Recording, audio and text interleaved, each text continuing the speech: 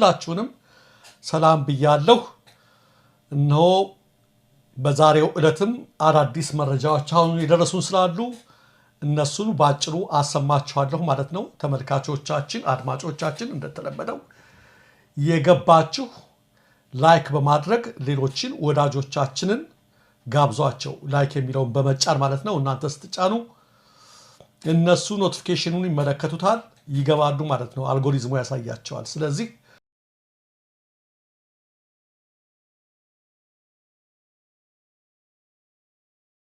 ሰላም ጤና ይስጥልን ተመልካቾቻችን፣ ከአንከር ሚዲያ ዝግጅት ክፍል የአክብሮት ሰላምታችንን እናቀርባለን። ዜናዎችን ይዤ መጥቻለሁ። መሳይ መኮንን ነኝ።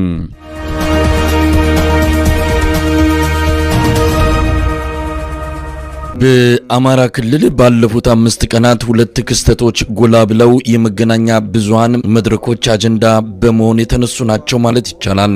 አንደኛው የአብይ አህመድ አገዛዝ በእጅ ጥምዘዛ ማስፈራራት የጠራው የድጋፍ ሰልፍ ሲሆን፣ ሌላኛው የተለመደው የፋኖች የድል ግስጋሴ ነው።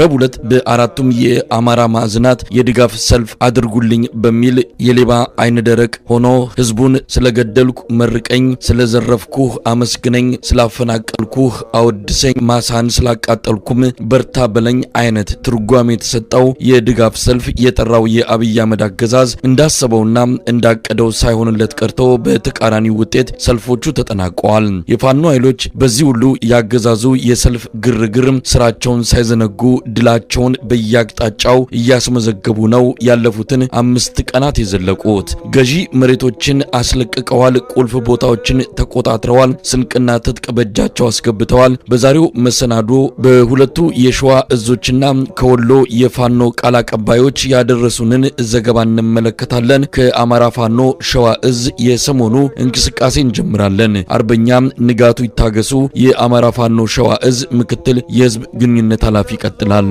የአማራ ፋኖ ሸዋ እዝ እንግዲህ በስሩ ያሉ የተለያዩ ክፍለ ጦሮች ትልልቅ ስራዎች እየሰሩ ነው በእለቱ የዋሉት። ከዚህም መካከል የመጀመሪያው ይኩኖ አምላክ ክፍለ ጦር እንግዲህ የክፍለ ጦር ያው በስፋት የሚንቀሳቀሰው በማጀቴ በከፊል መንዝና እንዲሁ በአጣዬ የተወሰነ ክፍሎች እንቅስቃሴ ያደርጋል። የክፍለ ጦር በተለይ ዛሬ ጠዋት 12 ሰዓት ላይ ልዩ ቦታው ካራቆሪ የሚባል ቦታ ላይ እንግዲህ የሚንቀሳቀስ የፕሮፌሰር አስራት ወልደየስ ብርጌድ እዛ አካባቢ በስፋት ይንቀሳቀሳል እና ያን አካባቢ ያው ቅድም እንደገለጽከው የአማራ ፋኖ ሸዋ እዝ ከ2 ቀን በፊት በተለይ የትራንስፖርት እንቅስቃሴ ገደብ ጥሏል። ይህን ገደብ እያስከበረ ያለ በማለቴ በካራቆሪ አካባቢ ይህን ገደብ እያስከበረ ያለ ፕሮፌሰር አስራት ወልደየስ ብርጌድን እንግዲህ ለመደምሰስና መንገዱን ለማስከፈት ከ2 አቅጣጫ የጠላት ኃይል እንቅስቃሴ አድርጎ ነበር። ይሄው እንግዲህ ከአጣዬ አካባቢ የመጣው ኃይል ልዩ ቦታው ኮኩቢ በሚባል ቦታ ላይ ከፍተኛ ጉዳት ደርሶበታል። ማለቴ የአማራ ፋኖ ሸዋ እዝ ፕሮፌሰር አስራት ወልደየስ ብርጌድ የጠላት ኃይል ወደ ካራቆሪ እንደሚመጣ ቀድሞ መረጃ ስለነበረው ደፈጣ ኮኩቢ እና ዥንጎሬ በሚባል ቦታ ላይ ወጥተው ነበረ። የጠላት ኃይልም ከአጣዬ በኩል የመጣውን የጠላት ኃይል ኮኩቢ ላይ ከፍተኛ ጉዳት አድርሶበታል። ደፈጣ ያደረገው የፋኖ ኃይል ከጨፋና ከኬሚሴ ተውጣጡ የመጣው በ4 ተሽከርካሪ የመጣው ኃይል እንዲሁም ከባድ መሳሪያዎችን ይዞ የመጣው ኃይል ደግሞ ዥንጎሬ በምትባል ወይንም ከካራቆሪ በስተሰሜን አቅጣጫ 5 ኪሎ ሜትር ርቀት ላይ በግምት እዛ ላይ ደፈጣ የወጣው የፋኖ ኃይል ከፍተኛ ጉዳት አድርሶበታል። እንግዲህ በዚሁ በፕሮፌሰር አስራት ወልደየስ ብርጌድ ስር ያለ አይሻ ሰይድ ሻለቃና 4ኛ ሻለቃ አንደኛ ሻምበል ቦታው ላይ ነበሩ። እዛው ካራቆሪ ላይ በእነዚህ ኃይል ብቻ ነው የጠላት ኃይል እንግዲህ አይቀጡ ቅጣት የተቀጣው። ከፍተኛ ጉዳትም አስተናግዷል። በተለይ የመጀመሪያው ከአጣዬ የመጣው እግረኛ አስቀድሞ ነበር። ሁሉም ከፊት የነበሩ ትግረኞች ሙትና ቁስለኛን የሆኑት እነሱን ለማንሳት ድጋሚ ከአጣዬ በኦራል እና በሌሎች ተሽከርካሪዎች ከባባድ መሳሪያዎችን ይዞ መጥቶ ሽፋን እየሰጠ ለማውጣት ሞክሮ ነበር። ነገር ግን ቀድሞ የመጣው የኦራል ተሽከርካሪ ሙሉ ለሙሉ በከባድ መሳሪያ በዲሽቃና በብሬን ተመቶ ተሽከርካሪው ከጥቅም ውጭ ሆኗል። እላው ላይ የነበሩ የአገዛዙ ጠባቂ ኃይሎችም እንዲሁ ማለት ሙትና ቁስለኛ ሆነዋል። በዚህ ልክ ከፍተኛ ጉዳት አስተናግዷል። በኋላ መጨረሻ ላይ እንግዲህ ሽፋን በዙና በሞርተር እየሰጠ አሁንም ቁስለኛ ለማንሳት ሞክሮ ነበረ። በተወሰነ መልኩ ምናልባት ለሱ ትንሽ ቀረብ ያሉትን ለማንሳት ችሏል። ነገር ግን እዛው አካባቢ የነበሩት ማለቴ ኩብኩቤ አካባቢ የነበሩትን ዜና እስከሰጡ ድረስ ተሽከርካሪውም ማለቴ የኦራል ተሽከርካሪው አልተነሳም። ሙትና ቁስለኛውንም እንደዛው ማንሳት አልቻለም። ከፍተኛ ውጊያ ነው ሲደረግ የዋለው። በዚህም እንግዲህ የአማራ ፋኖ ሸዋ እዝ ይኩኖ አምላክ ክፍለ ጦር ፕሮፌሰር አስራት ወልደየስ ከፍተኛ ጀብድ ስትሰራ ነው ያለችው በዚህ አካባቢ። አሁንም በዚህ ልክ ውጥረት አለ። ሌላኛውና ሁለተኛው እንግዲህ በአማራ ፋኖ ሸዋ እዝ ስር ካሉ ክፍለ ጦሮች መካከል በነጎድጓድ ክፍለ ጦር ስር የሚገኘው መብረቁ ብርጌድ እና ናደው በናደው ክፍለ ጦር ስር የሚገኘው ራስ አበበ አረጋይ ብርጌድ በጋራ በመሆን እንግዲህ ዛሬ ውሎ ከጠዋት 12 ሰዓት ጀምሮ በጅሁር ከተማ ውጊያ ሲያደርጉ ነው ያሉት።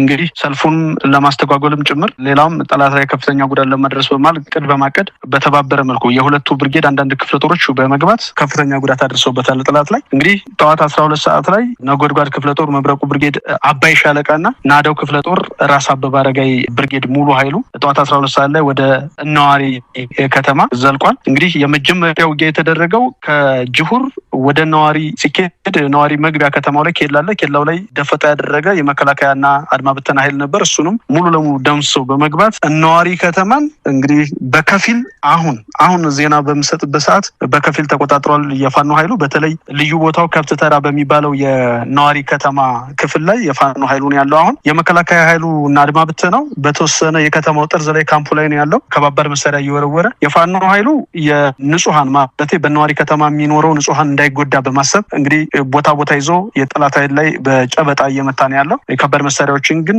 ከመተኮስ ተቆጥቧል የፋኖ ኃይሉ ማለት ነው። ምክንያቱም ንጹሃን እንዳይመታ በመስጋት የመከላከያ ኃይሉ ወይንም የመንግስት ኃይሉ ግን በማን አለብኝነትና በደመ ነፍስ የሚወረውራቸው የከባድ መሳሪያዎች በተወሰነ መልኩ የንጹሃን ቤቶችና ንጹሃንን ጎድቷል እና በአጠቃላይ ከፍተኛ ትንቅንቅ ሲደረግ ነው ያለው። በተለይ እዚህ አካባቢ የሚንቀሳቀሰው በነዋሪ ዙሪያ የሚንቀሳቀሰው የፋኖ ኃይል ከዚህ በፊት የሚሊሻን ሰብል ለመሰብሰብ እንግዲህ ከአዲስ አበባ ያመጣው አንድ ኮምባይነርና አንድ ገልባጭ መኪናን ከሳምንት በፊት ኦፕሬሽን በመስራት ማርከው አምጥተው አሁን ፋኖ ባለበት ከተማ ማለቴ በጅሁር ከተማ ነው ያሉት እነዚህ ተሽከርካሪዎች እነዚህ ማሽኖች እና በጅሁር ከተማ አካባቢ ያለውን የአርሶ አደር ሰብል እየሰበሰቡ ነው ያሉት ይሄ ኮምባይነርና ገልባጭ መኪና። በዚህ ልክ ከፍተኛ ተጋድሎ እያደረገ ያለ ፋኖ ነው ማለት በዛ አካባቢ የሚንቀሳቀሰው። ሌላው በዚሁ እንግዲህ በአማራ ፋኖ ሸዋ ዕዝ የሚንቀሳቀስባቸው ቦታዎች ላይ እንግዲህ መንግስት እንደሚታወቀው የድጋፍ ሰልፍ በሰፊው ጠርቷል። ነገር ግን መንግስት ህዝብ እንደማይደግፈውና ተስፋ እንደው የሚቆርጥ ከሆነና ህሊና ካለው ተስፋ የቆረጠበት ቀን እለት ነው ማለት ይቻላል። በብዙ ቦታ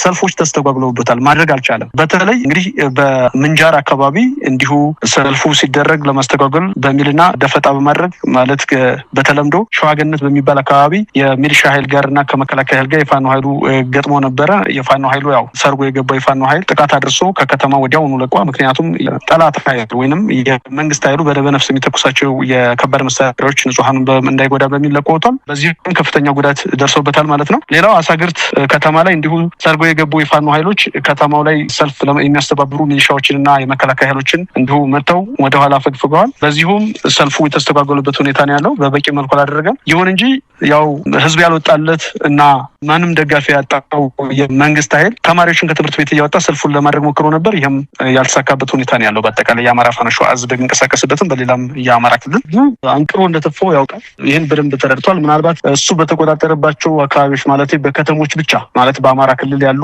ውስን ከተሞች ላይ እንግዲህ በግድም ቢሆን ህዝቡን አስወጥቼ ህዝብ ድጋፍ አለኝ ለማስባል ዓለም አቀፍ ማህበረሰቡን ለማሳየት እሞክራለሁ ብሎ ጥረት አድርጎ ነበር። ነገር ግን እንዳሰበው አልሆነም። ማህበረሰቡም ያው ሁላችንም እንዳየነው ሚዲያ ላይ አልወጣለትም። የአልወጣ ሲለው እንግዲህ የተጠቀመው የመጨረሻው አማራጭ ከትምህርት ቤት ተማሪዎችን አስወጥቶ የራሱን ታጣቂዎች በሰልፉ ላይ ማሳተፍ ነበር። ይህም የታጠቀ ኃይል እንግዲህ ሰልፍ ሲያደርግ ለማን እንደሚደግፍ ይታወቃል። ስለዚህ በአጠቃላይ ያፈረበትና የህዝብ ድጋፍ እንዳጣ በይፋ በእርግጥ ያውቀዋል። ነገር ግን በቃ ገፍቶ የመጣ የህዝብ ጥላቻ እንዳለበት በደንብ የተረዳበት ሁኔታ ነው ያለው። እንግዲህ የሚረዳና የሚገነዘብ ጭንቅላት ካለው በዚህ ልክ ነው ጥላቻውን ያሳየው ህዝቡ እና በአጠቃላይ ህዝቡ ከፋኖ ጎን መሆኑን በይፋ ያሳየበት ነው ያለው። ህዝቡን በአጠቃላይ ይህን የእኛን ጥሪ ተቀብሎ ማለት ሰልፉ እንዳይወጡ እኛም ጥሪ ያስተላልፈን ነበር። ይህን ተቀብሎ ሰልፍ ባለመውጣቱ የአማራን ህዝብ በከፍተኛ መልኩ ልናመሰግን እንወዳለን እና ክብር ይስጥልን ነው ማለት የምፈልገው።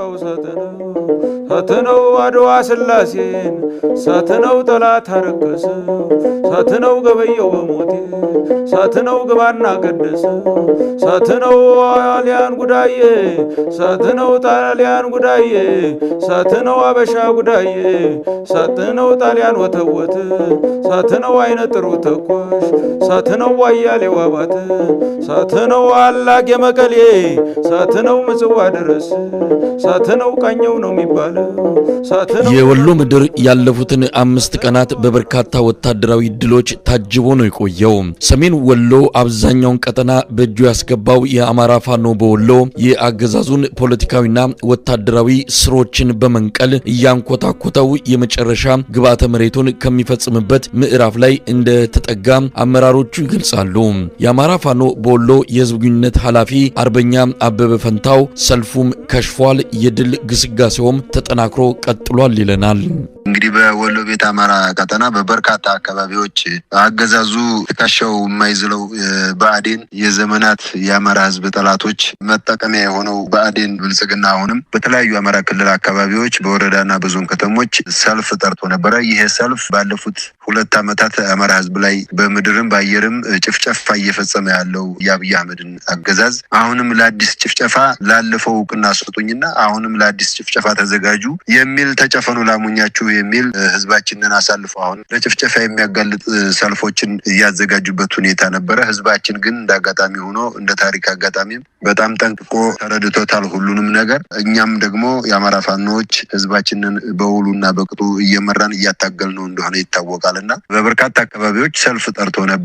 ከትላንትና ወዲያ ጀምሮ ከታህሳስ 7 2017 ጀምሮ ትናንትናም አስገዳጅ በሆነ ሁኔታ በጣም የሚያሳዝነው ደግሞ ሰብአዊነትን ጭምር በሚጋፋ ሁኔታ በጣም ትላልቅ እድሜ ደረጃ ላይ የደረሱ አዛውንቶች እናት አባቶቻችንን ሳይቀር ህይወታቸውን ለማቆየት በሴፍቲኔት እያቀፈ 5 ጣሳ 10 ጣሳ ጥሬ እየወረወረ በአመት አንድ ጊዜ በዛ የያዛቸውንም ጭምር ሳይቀር ፍጹም ሰብአዊነት በጎደለው ሁኔታ በየቀበሌው ለሰልፍ ያዘጋጀበትም ሁኔታ ነበረ። ተውን ብለው ነበር። ትናንትና በተለይ ተደጋጋሚ ጥሪዎች ከህዝባችን ይደርሱን ነበረ።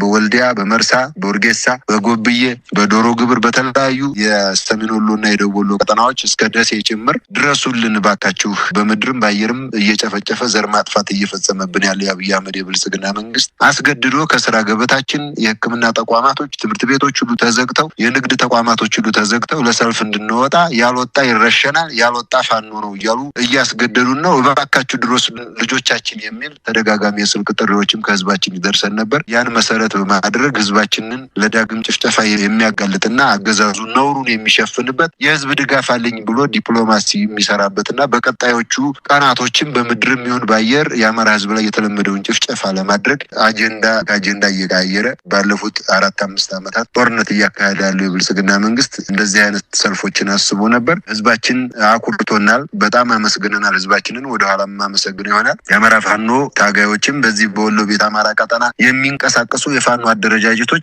አንድ ሆነው ድርና ማግ ሆነው ድር ቢያብር አንበሳ ያስር ሆነው ሁላችንም በጋራ በራያ ቆቦ፣ በጎብዬ፣ በጉባላፍቶ፣ ዶሮ ግብር፣ ስሪንቃ፣ ወልዲያ ከተማና ዙሪያው እስከ አፍሪኬር ድረስ ስሪንቃ፣ መርሳ፣ ወርጌሳ እስከ ውጫሌ ጥግ ድረስ እንዲሁም አማራ ሳይንትን ጨምሮ አማራ ሳይንት በተለይ ከትላንትና ጀምሮ ሰሞኑን አጠቃላይ በርካታ ትንቅንቅና ተጋድሎች እየተደረገ ያለበት ቀጠና ነው። ምዕራብ ወሎ ኮር በጣም በርካታ ትንቅንቆችን እያደረገ ያለበት ሁኔታ ነው ያለው። አጠቃላይ በሰልፉ ግን በእነዚህ ቀጠናዎች በጠቀስኩልህ በርካታ ተጋድሎችን በማድረግ ፋኖ ህዝባችንን ጠላቱ ዘር ማጥፋት እየፈጸመበት ያለው ስርዓት አሁንም ለዳግም ሞት ለድጋሚ ሞት ሁለተኛ ሊገለው በጦርነት እየገደለው ነው። አሁንም ደግሞ የፖለቲካ ሞትም ሊገለው ህዝባችንን ሰልፍ ሊያሰልፈውና ለአዲስ ጭፍጨፋ ሊያዘጋጀው ነበር። የህዝባችንን ጥሪ ተገን አድርገን በከተሞች ከ3 እስከ 5 ኪሎ ሜትር ጭምር ከበባ አድርገን ያለንበት ሁኔታ ስለሚታወቅ በመንጀሎ ጀምሮ እስከ ወርጌሳ እና ውጫሌ ድረስ ደሴ ከተማን ጨምሮ ከትላንትና ጀምሮ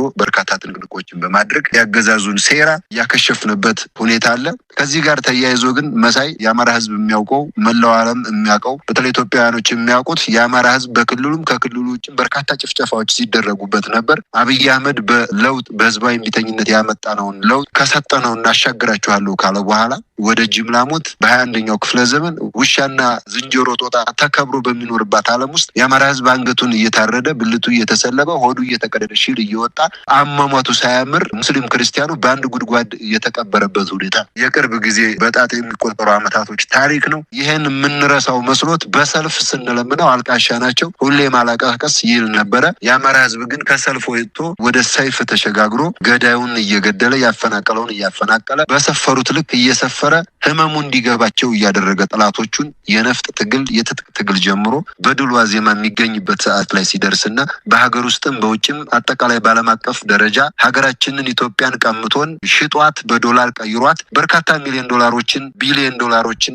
ያወጣ ጦርነት እያካሄደ እንደሆነ ይታወቃል። የአብይ አህመድ ብልጽግና መንግስት ይህንን ተቋቁመን ከክላሽ ደም ጀምሮ እስከ ድሮን የታጠቀውን መንግስት ልባችን ታጥቆ በስነ ልቦና ታጥቀን ትጥቃችን ከሱ ከጠላታችን ከብርሃኑ ጁላ አድርገን በዚህ ደረጃ በድል ዋዜማ የደረሰ ትግል የአማራን ህዝብ ህልውና ማረጋገጥ የምንችልበትና የሀገራችን ኢትዮጵያ ባለቤት የምንሆንበት ኢትዮጵያ ሀገራችን የሁሉም ኢትዮጵያውያን የሚሆኑበትን ምዕራፍ ልንከፍት በጫፍ በደረስንበት ጊዜ አገዛዙ እንግዲህ የመጨረሻ ጣረ ሞት ላይ ስላለ በእንደነዚህ አይነት ነገሮች በሰልፍ በተለያዩ ሁኔታዎች የአማራን ህዝብ ትግል ለማደናቀፍና ዓለም አቀፍ ዲፕሎማሲ በሐሰት መንገድ ሰርቶ ዳግም ለመጨፍጨፍና ትግላችንን ለመቀልበስ የሚያደርገውን ጥረት በዚህ በብርቱ ተጋድሎ ታጋዩም ህዝባችንም ሁሉም በየፊናው ርብርብ በማድረግ በዛሬው ዕለት ቀላል የሚባል ስራ አይደለም የተሰራው በጣም ትልቅ ስራ በመስራት አገዛዙን አሁንም ሀፍረት የተቆናነበበት ድሮም ሀፍረት የተቆናነበ ነው። አሁንም ደግሞ የበለጠ በፖለቲካው በዲፕሎማሲው መልክ መስክ ትልቅ ሽንፈት የደረሰበትኝ ዙ 23 ጀምሮ እስከ ብረት ለበስ ታንኮች ድረስ በርካታ ጦር መሳሪያዎችን ተጠቅሞ የድሮን ቅኝት የነበረባቸው ቀጠናዎችም ነበሩ ውጊያ የጠነከረበትና ወልዲያ አፍሪኬራ አካባቢ መንጀሎ አካባቢ ስሪንቃ ወርጌሳ መርሳ አካባቢ በርካታ ተጋድሎዎችም ስለነበሩ የከበደውና ያልቻለበት ሁኔታ ነበረ። የመጨረሻ ጣረ ሞቱ ላይ ነው ያለው። የሚችለውን ሁሉ እያደረገ ነው። ህዝባችንን በርቶ ጠንክሮ አማራ ፋኖ ትግል ጋር ተሰርልፎ የሚችለውን እያደረገ ነው ያለው። ከፈጣሪ በታች እንደ ሰው እናሳካዋለን ብለን እናስባለን። አጠቃላይ ግን ስርዓቱ እንዳልከው የሸኔ ታጣቂዎችም ለዛውም በጣም ብዙ እጃቸው በደም የተጨማለቀ ነገ ተጠያቂ የሚሆኑ ተጠያቂነት የሚሰፍንበትና ኢትዮጵያውያኖች በልካቸው የስልጣንና ኢኮኖሚ ባለቤቱ ነው ዲሞክራሲያዊ ስርዓት በሚገነቡበት ጊዜ በዓለም አቀፍ ደረጃም ነገ መጠየቅም የሚችሉ ምናልባትም ደግሞ ጥፋተኞችን ወንጀለኞችንም ጭምር በማን አለብኝነት የተደራደሩበት ሁኔታ ነው ያለው። ያን ድራማ ነው ይታወቃል። በቱርክ መንግስት አደራዳሪነት በሶማሌላንድና በሶማሊያ ጉዳይም እንዲሁ የተደራደረበትና ሰላማዊ መንግስት ነኝ አይነት ጨዋታ የተጫወተበት ሁኔታ አለ። እንደነገርኩ ይሄኛውም አለ። አሁንም ከዚህ ከፋኖ ጋርም ተያይዞ ሚሊሾችን እየሰበሰበ የከረመበት ሁኔታ አለ። እነዛን ሚሊሾች እጅ ሰጠኝ በሚል መቼም ኢትዮጵያውያን ከለራችንም ሁሉ ነገራችን ተመሳሳይ ነው። ደግሞ እዚህ እንደ አማራ ስታዩ ደግሞ ፋኖም ሚሊሻውም የተለያየ ሁኔታ የለውምና ሚሊሻውን የፋኖ ልብስ አልብሶ ወይም ፋኖ በሚመስሉበት ሁኔታ አድርጎ እጅ ሰጡኝ በማለት ድራማ ሊሰራ ይችላል። ይሄን ሀገር ውስጥ ሁሉም ኢትዮጵያውያን የነቃበትና የተረዳበት የተገነዘበበት ሁኔታ ነው ያለው። እንዳልከው ግን ብዙ ድራማዎችንና ውስጣቸው ሐሰት የሆነ ከላይ እውነት ለማስመሰል በርካታ ጥረቶችን እያደረገ ያለበት ሁኔታ አለ። ብቻ ግን እንደ ፋኖ አጠቃላይ ነቅተን ፖለቲካውን ተረድተን ተገንዝበን እየታገልን ስለሆነ ከኛም አልፎ ህዝባችንን በደንብ ስለተረዳውና ስለተገነዘበው ውጤት የሚያመጡበት ሁኔታ ይኖራል ብለን አናስብም። ግን አጠቃላይ እያደረጉ ያሉ ሁኔታ እንደገለጽከው የተለያዩ የሐሰት ፕሮፓጋንዳዎችን በመስራት የተለያዩ ለዲፕሎማሲው ይጠቅሙኛል የሚላቸውን በሐሰት የተሞሉ ስሪቱ አጠቃላይ ሐሰት፣ ውሸት፣ ህዝብን መቅጠፍና መዋሸት ስለሆነ በእንደነዚህ አይነት ጉዳዮች የሚዋሽበትና በተለይ ዓለም አቀፉ ማህበረሰብ የሚያታልልበትን መንገድ እየሞከረ ነው። ከፍተኛ ጥረት እያደረገ ነው። ከዚህ አንጻርኛ እንደ ፋኖ ትግልና ታጋይ ህዝባችን በእንደነዚህ አይነት ጉዳዮች ከወዲሁ ዝግጁ ሆኖ የሚዲያ ባለሙያዎችም ደግሞ እውነታውን ለህዝብ በማሳወቅ እየሰራ ያለው ስራ ከመሬት ጠብ የሚል እንዳይሆንና አጠቃላይ ያስበው እንዳይሳካለት ሁላችንም ርብርብ በማድረግ አሁንም ስርዓቱን እርቃኑን ማስቀረትና ማጋለጥ ይኖርብናል ብዬ አስባለሁ።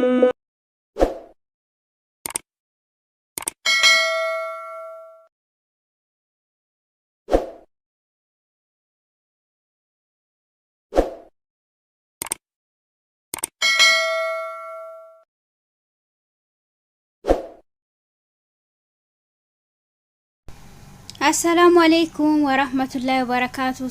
ሰላም ጤና ይስጥልኝ ውድ ኢትዮጵያውያን ውድ ኤርትራውያን እንዴት ናችሁ? ሰላም ናችሁ? ሰላም ፍቅር ለሚጄ ኢትዮጵያ ሀገራችን ሰላም አላህ Subhanahu Wa Ta'ala ፈጣሪ ያርግልን እያልኩኝ ዛሬ ደግሞ ይዤላችሁ የመጣሁት ገላችን ስክራፕ የምናርግበትን ነገር ነው ማለት ነው። ገላችን ለመላ ሰውነታችን የሚሆን ጸጉራችን ሳይሆን ለሰውነታችን ሙሉ የሚሆን ስክራፕ ነው ይዤላችሁ የመጣሁት። እሱም በቤታችን ውስጥ ያለ የተዘጋጀ ነገር ነው ማለት ነው ይዤላችሁ የመጣሁት። ያው በቤታችሁ ውስጥ መቼ የሚጠፋ ነገር አይደለም፣ የሚገዙትም አይደለም። በመጣበት እነሱ መዳሙት ባመጡበት ነገር መስራት ትችላላችሁ ማለት ነው። እንግዲህ እዚህ ጋር ቡና ነው ማለት ነው። ቡና የኛ ሀገሩ ቡና ማለት ነው። ቡና ያው ቱርኪሽ ይሉታል ማለት ነው። ስለዚህ አይጠፋም ማለት ነው። እዚህ ጋር ሱካር አለኝ፣ እዛ ጋር ቤኪንግ ፓውደር አለኝ ማለት ነው። ብዙም ነገር የሚያስፈልግ አይደለም። ከዛ ዘይቱን ያስፈልገናል ማለት ነው። ወይም ደግሞ ኮኮናት ያስፈልገናል፣ ጆዝ ህንድ ማለት ነው። እነሱ ናቸው የሚያስፈልጉን ቤተሰቦቼ። ይሄ ማለት ይሄኛው በጣም ቀላልና በጣም አሪፍ ነው። ነገር ግን ስትጠቀሙት ደግሞ በተከታታይ ሁሌ የምትጠቀሙት ነገር ከሆነ ደግሞ በጣም የሚያጸዳ ነገር ነው ማለት ነው። እግራችን ጥቁር ያለበት የጫማ ቅርጽ ያለብን ማለት ነው ለተቸገርን በጣም በአጭር ጊዜ የሚያጠፋ ነው ማለት ነው። ተረከዛችን ደግሞ እየተቆራረጠ የሚያስቸግረን ነገር ከሆነ ደግሞ በጣም አሪፍ ነው ማለት ነው። እኔ በተከታታይ ነበር የምጠቀመው፣ ግን አሁን በዚህ ጊዜ አቆሚዋለሁ እንጂ በተከታታይ ነበር የምጠቀመው ማለት ነው።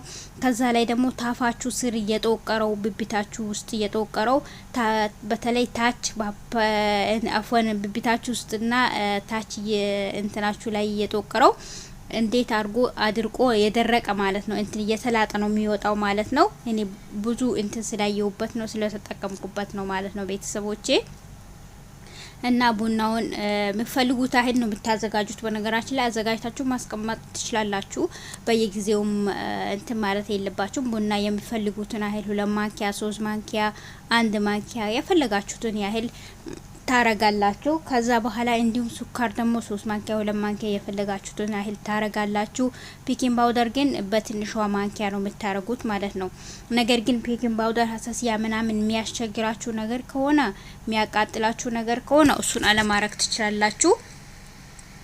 ግን በጣም ነው የሚያጸዳው ቤኪንግ ፓውደር ማለት ነው። ወይም ደግሞ ቤኪንግ ሶዳ ካላችሁ ማለት ነው። ቤኪንግ ሶዳ ይሻላል ከቤኪንግ ፓውደር። እኔ ስለሌለኝ ቤኪንግ ፓውደር ነው ያረኩኝ በነገራችን ላይ። ከዛ ሱካር ነው ያረኩኝ። ጨው ያስፈልገናል። አፎን ረስቻለሁ ማለት ነው። ጨው ያስፈልገናል። ከሌላችሁ ጨው ለማረግም ትችላላችሁ፣ በሱካር ብቻ ማረግ ትችላላችሁ ማለት ነው ቤተሰቦቼ። እንደዛ አርጌ ነው እኔ ያዘጋጀሁት። በነገራችን ላይ ቤኪንግ ፓውደር ጨው ካልፈለጋችሁ መተው ትችላላችሁ። እኔ አዘጋጅቼ አስቀምጨዋለሁ በነገራችን ላይ ማለት ነው ቤተሰብ። ይሄንን ያመጣሁላችሁ ደግሞ ለእናንተ ላሳያችሁ ነው እና ከዚህ በፊትም ሰርቼላችኋለሁ። ቪዲዮ ላይ ደግሞ ታዩታላችሁ ማለት ነው። የተሰራሁት አለኝ ማለት ነው ቤተሰቦቼ። እናም ደግሞ ዘይቱን ሳታበዙ ነው መታረጉት። በወፍራሙ ነው ሆነ የሆነ በቃ እንደ ጨመቀ ስታረጉት በሶ ወይም ሆነ ነገር እንዴት ነው እንደዛ ስታረጉት ጨመቀ ስታረጉት የሆነ ሚያዝ ነገር መሆን አለበት። ምክንያቱም ገላችሁን እንደዚህ ስክራፕ ስታረጉት በደንብ አርጋችሁ እሽት ስታረጉት ጥቁቁሩ እንዲወጣላችሁ ያግዛችኋል ማለት ነው። ዘይት ከበዛ ግን አያግዛችሁም በነገራችን ላይ። ከዛ በኋላ እንደዛ ካረጋችሁት በኋላ ይሄን በሳምንት 2 ወይም በሳምንት 1 ነገር ግን የመጀመሪያ አካባቢዋን በሳምንት 2 ብታረጉት ብዙ ለውጥ ታዩበታላችሁ። ከዛ በኋላ ስክራፕ ካረጋችሁት በኋላ ግን በውሃ ብቻ ነው የምታለቅልቁት። በሳሙና መታጠብ የለባችሁም። ተኝታችሁ አድራችሁ ጧቱን ማታ እንደዚህ ታጥባችሁ ጧቱን ተነስታችሁ ነው በሳሙና መታጠብ ያለባችሁ ማለት ነው። ለውጥ ልታዩበት ከፈለጋችሁ እነዚህ ነው የሚላችሁ። በተለይ ታፋችሁ ስር እየተወቀረውን እንዴት አርጎ እንደሚሊጠው ማለት ነው። እንደ ቆዳውን የደረቀ አርጎ ነው የሚሊጠው ማለት ነው። በጣም አሪፍ ነው ቤተሰቦቼ፣ ተጠቀሙበት። በጣም የተመቸኝና የተጠቀምኩት ነገር ነው ማለት ነው። በተከታታይ እውነቴ ነው። እኔ እንደኔ ስንፍና ከሌለባችሁ እኔ ሰንፌ አቁሜው ነው እንጂ ስንፍና ከሌለባችሁ በጣም አሪፍ ነው ማለት ነው ቤተሰቦቼ። እና ተጠቀሙት እላችኋለሁኝ። ይጠቅማችኋል። እናም ደግሞ ቤታችሁ ውስጥ ያለ ነገር ነው፣ ቀላል ነገር ነው። ስለዚህ ምንም ብዙ ወጪ የሚወጣለት ነገር አይደለም። ባመጡት 1 ማንኪያ ብትወስዱ አሁን ብቻችሁ ከሆናችሁ 2 ከሆናችሁ 2 ማንኪያ ራሱ ብታረጉ ብዙ ነው የሚሆነው ማለት ነው። እና ደግሞ ትንሽ ነው የሚያስፈልገው። ጓላችን ስንታሽበት ብዙ አያስፈልገንም፣ በትንሹ ነው የሚያስፈልገን። ከዛ ተረከዛችሁን በደንብ አርጋችሁ ታሹታላችሁ። የጫማ ቅርጹ ራሱ ይጠፋል። ተረከዛችሁ ላይ የሚቆራረጠው ይጠፋል። ያጸዳላችኋል። ተረከዛችሁ ያማራ ነው የሚሄደው ማለት ነው። ከዛ የውስጥ እግራችሁ ራሱ አሪፍ ነው የሚሆነው እላችኋለሁ ቤተሰቦቼ። በጣም ቆንጆና አሪፍ ማራኪ የወደድኩት ስክራፕ ነው ማለት ነው። ብዙ አይነቶች አሉ። በጨው ብቻ የሚዘጋጅ አለ። በነገራችን ላይ አንዳንድ ሰው በጣም ያቃጥለዋል። እኔ ጨው ምናምን ሳረግ ያቃጥለኛል። ብዙም አላረግም ጨው ማለት ነው። እና ሱካር ነው አብዛኛ ጊዜ እናም ሎሚም አለ በብዙ ነገር ግን እነዚህ ለኔ የተመቹኝ ይሄ ነው ማለት ነው። ሰው የሚመቸው ነገር ነው የሚጠቀመው አይደል እንዴ? እና ቪዲዮን ላይክ እና ሼር ሰብስክራይብ ማድረጉን እንዳረሱ ማለት ነው ቤተሰቦቼ። ቅንነት ለራስ ነው። አብረን እንደግ። እዚህ ጋር ደግሞ የጸጉር ቅባት ነው ከህንድ የመጣልኝ ጸጉር ቅባት ነው። ልጅቷ መጥቶላል ለኔም ለናትዮም አከፋፍላ ሰጥተን ነው ማለት ነው። የጸጉር የህንድ ቅባት በጣም ምርጥ ቆንጆ ቅባት ነው። በነገራችን ላይ እዚህ ያለሁበት አካባቢ አላገኘሁትም። ይሄ ከህንድ የሚመጣ ቅባት ነው። ነገር ግን ኦንላይን ምናምን ሊኖር ይችላል። እኔ ልጅቷ ካንድም ሁለት ነው አንዱ ጨርሼ አንዱ ይሄ አለ ማለት ነው። ውስጡ ላይ ደግሞ የሚያረጉት ስር ብዙ ነገር ነው የሚደረግበት ማለት ነው። እና በጣም አሪፍ ቆንጆ ቅባት ነው ቤተሰቦቼ። ካገኛችሁት ግን ተጠቀሙት ማለት ነው። እዚህ ያለ አይመስለኝም እኔ ያለሁበት ቦታ ግንም አላገኘሁትም ሲጀመርም ማለት ነው። በጣም አሪፍ ነው። ለውጥ ታገኙበታላችሁ። ካገኛችሁ ግን ተጠቀሙት እላችኋለሁኝ ቤተሰቦቼ ማለት ነው። አንዳንድ ጥሩ ቅባቶች አሉ፣ አንዳንድ ለጸጉር ማይስማሙ ጸጉሩም የሚያሳክኩ ቅባቶች አሉ። እኔ አብዛኛው ጊዜ አልገዛም፣ ከቤት አዘጋጅቼ ነው የምጠቀመው በነገራችን ላይ ማለት ነው። ከቤት አዘጋጅታችሁ የምትጠቀሙት ቶሎ ነው ለውጥ የምታገኙበት ጸጉራችሁ ላይ። ይሄ ደግሞ የጸጉር ክሬም ነው ማለት ነው። ክሬም ከታጠባችሁ በኋላ እርጥብነት ይሰጠዋል። የደረቀው ጫፉን ጸጉሩን ትቀቡታላችሁ። በጣም አሪፍ ነው፣ ቆንጆ ነው። ልስላሴ ይሰጣል፣ ለጸጉር ያለስልሳል ማለት ነው። እና ይሄ ከውን ላይ የመጣ ነው ማለት ነው ቤተሰቦቼ። ከብዙ ነገር የሚዘጋጅ ነው። ያለስላል። ወዳችኋለሁ። ወሰላሙ አለይኩም ወራህመቱላሂ ወበረካቱ። ላይክ